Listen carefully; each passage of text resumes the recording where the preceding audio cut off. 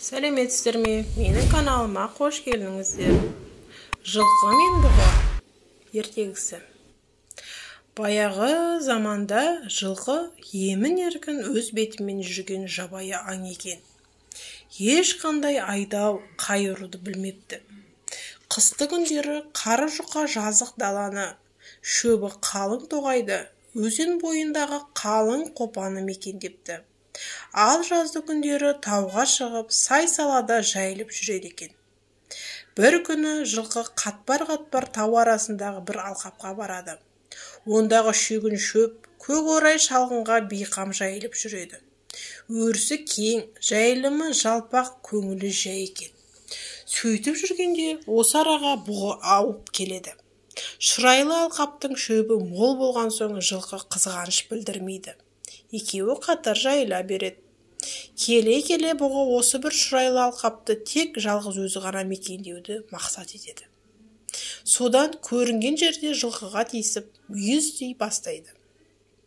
Тыныштығы бұзылып, келімсек бұғыдан жәбір көрген жылқы арыз айтып адамға барыпты.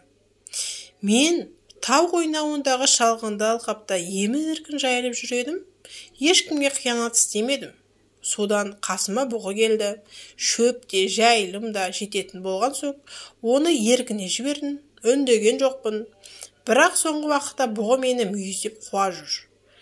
Тыныштық бермейді, жәбірлейтін болды. Енді оны өз мекенімнен қалай қуамын? Сен көмектеспес пе екенсің, деп өтініпті. Қолға түспей жүрген асау жылқының бұл мұңын естіген соң, адам оған шарт қойыпты. Мен бұғыны қуып тастайын. Ол қолдан келеді, бірақ мен жаяумын ғой, ол үшін сенің үстіңе мініп алуым керекпін.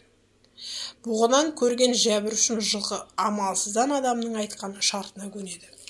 Сол жерде адам жылқыны ноқталап мініп алады да бұғы жүрген алқапқа келеді. Қолына ұзын сойыл ұстаған адамның қарасын көрген заматта бұғы жан сақтау үшін тау-таудан асып қалың орманның ішіне сіңіп кетеді. Рахмет саған адам, сен менің нағыз досым екенсің, дейді разы болған жылқы. Енді мен саған қандай қызмет етсем екен? Сонда адам ойланып тұрып өз қалауын айтады.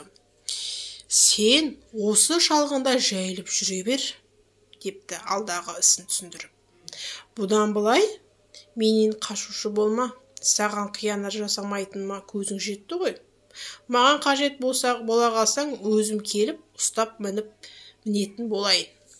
Жылқы адамның айтқанына көнеді. Содан бері ол адамға қызмет етеді. Шаруасы біткен соң адам босатып жіберсе, тау арасындағы шалғынға барып, аунап-қунап жүре береді екен.